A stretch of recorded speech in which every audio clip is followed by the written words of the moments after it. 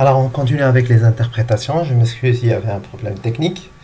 Bon, on va commencer par les hypercalcémies.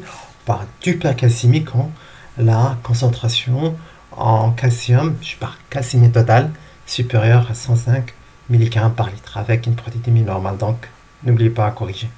Donc, les étiologies, en général, des hypercalcémies sont deux types. Les hypercalcémies néoplasiques et les hypercalcémies non néoplasiques. Les hypercalcémies néoplasiques, c'est environ 60%. Et puis les hypercalcémies non néoplasiques, aux environs de 40%. On va voir les néoplasies, les hypercalcémies liées aux néoplasies en général. C'est l'osteolyse locale engendrée par la tumeur solide avec métastase osseuse dans les cancers osteophiles, poumons, sein et reins, ou la PTHRP est sécrétée par la tumeur. Voilà, la sécrétion de la PTHRP qui est une grande similitude avec l'extrémité N-terminale de la PTH, voilà, et qui disparaît. Cette sécrétion va disparaître une fois la tumeur a été réséquée ou a été enlevée. Donc on n'aura pas de sécrétion de PTHRP ou PTH-like qui est sécrétée par la tumeur. Donc cette osteolyse néoplasique, elle est soit engendrée par la tumeur solide, donc dans le cadre des métastases, dans le cadre des cancers osteophiles, ou là carrément par la sécrétion de PTHRP par la tumeur. Voilà. Et les hypercalcémies non néoplasiques, c'est en général l'hyperparathyroïdie primitive. C'est l'hyperparathyroïdie primitive, c'est la sécrétion exagérée de PTH. Il est dû en général, dans 25% des cas, un adénome parathyroïdien. Alors, conduite à tenir devant une hypercalcémie. Donc, hypercalcémie, on parle d'hypercalcémie supérieure à 105 mg par litre, mais il faut éliminer, il faut doser aussi la protéinémie, il faut corriger. Donc, l'hypercalcémie vérifiée par calcémie corrigée par rapport à l'albumine, ou carrément mesurer la calcémie ionisée. La calcémie ionisée, il est fidèle. S'il y a une hypercalcémie, donc c'est hypercalcémie. Voilà. Mais si vous avez une calcémie totale, il faut la corriger par l'albumine. Bon, plus c'est un interrogatoire. Et puis mesurer la PTH 1,84. C'est augmenté au normal, haute. C'est la calciurie au normal. Donc la calciurie elle est augmentée au normal. On est devant une hyperparathyroïdie primitive. On est devant une hyperparathyroïdie primitive, c'est le taux de PTH il est élevé. Puis si on a une calciurie qui est basse, donc nous ici on est devant un syndrome qu'on appelle hypercalciurie, hypercalcémie hypocalciurie familiale bénigne, ou qu'on appelle le syndrome de Marx, ou carrément on l'appelle syndrome d'hypercalcémie hypocalciurie. Donc voilà, et si on est devant une PTH qui passe au normal, donc hypercalcémie, qu'on appelle hypercalcémie non parathyroïdienne, ben là il faut chercher un myélome multiple. Un des valeurs diagnostiques, c'est l'hypercalcémie. Doser la PTHRP, les métastases osseuses, voilà, les granulomateuses, les sarcoïdoses, les hyperthyroïdies ou autres donc maladies d'Addison, ou les médicaments diurétiques diazidiques ou l'immobilisation. Voilà. Donc, récapitulant, une hypercalcémie, il faut corriger. Si vous avez une calcémie totale, si vous avez une calcémie ionisée, donc vous demandez une PTH. S'il est augmenté, et si la calciurie est augmentée aussi, c'est une hyperparathyroïdie primitive. Si le pTH est élevé, avec calciurie qui est basse, c'est le syndrome hypercalcémie, hypocalciurie, ou ce qu'on appelle le syndrome de Mark. Si on est devant une pTH qui est basse, donc c'est une hypercalcémie non parathyroïdienne. Là, il faut chercher autre chose, soit une granulomatose, soit des métastases osseuses, soit un myélome, voilà. Hypocalcémie, quand on a une calcémie qui est inférieure à 85 mg par litre, avec une protéinémie normale. Bien sûr, toujours il faut corriger.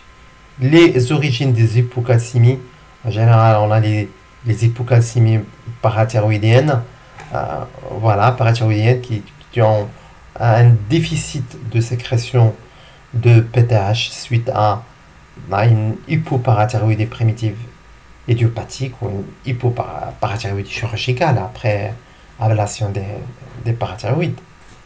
Et on a les hypocalcémies qu'on appelle extraparathyroïdiennes. Voilà, extraparathyroïdiennes sont en général des défauts d'apport, d'absorption digestive ou de réabsorption rénale. Également, c'est le résultat d'une carence en dérivé de la vitamine D. Voilà. Rachitisme chez l'enfant, une ostéomalacée chez l'adulte. Donc, récapitulons, hypocalcémie, pTH haute, c'est une pseudo-hypoparathyroïdie, résistance à la pTH. Donc, c'est une hyperparathyroïdie secondaire, insuffisance rénale chronique, déficient en vitamine D. Si la pTH elle est basse, donc c'est une hypoparathyroïdie de différentes étiologies. Donc les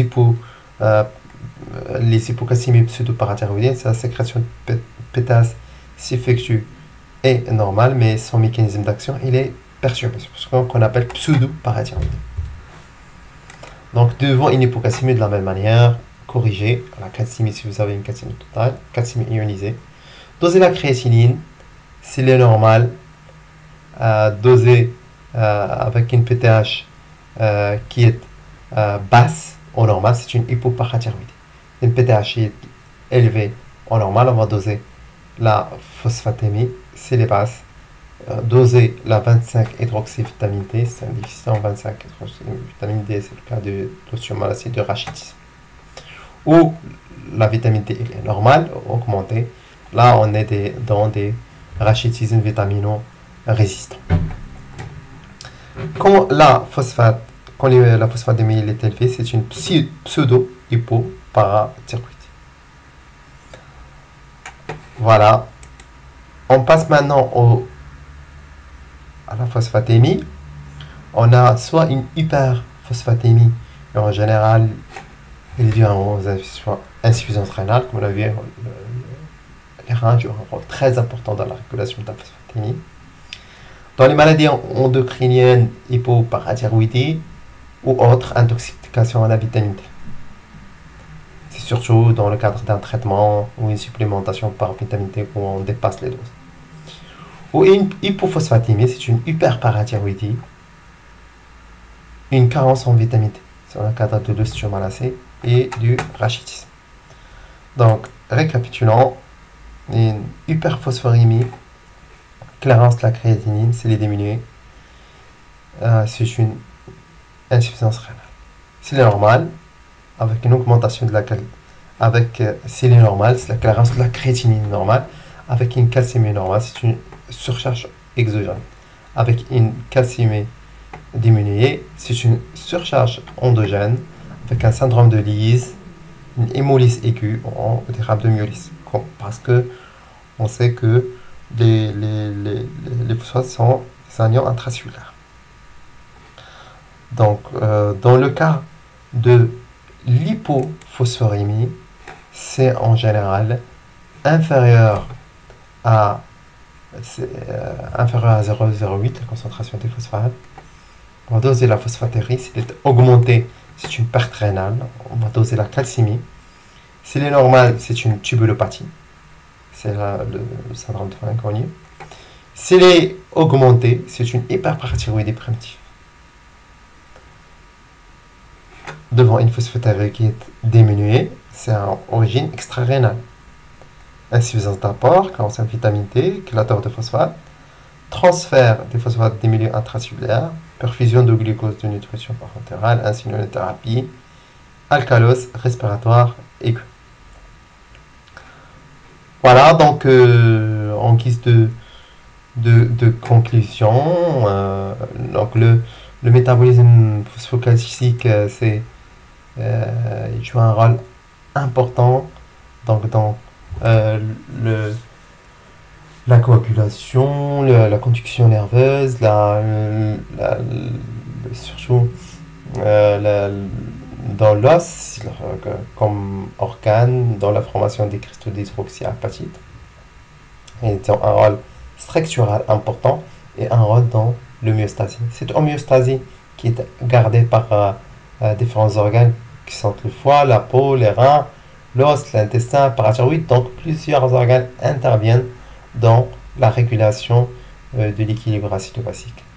Donc c'est d'autres et plusieurs organes, mais aussi plusieurs hormones dans l'appareil hormone, la PTH, calcitriol de la vitamine D, calcitonine, FGF23 vont intervenir dans la régulation de l'équilibre phosphocalcique.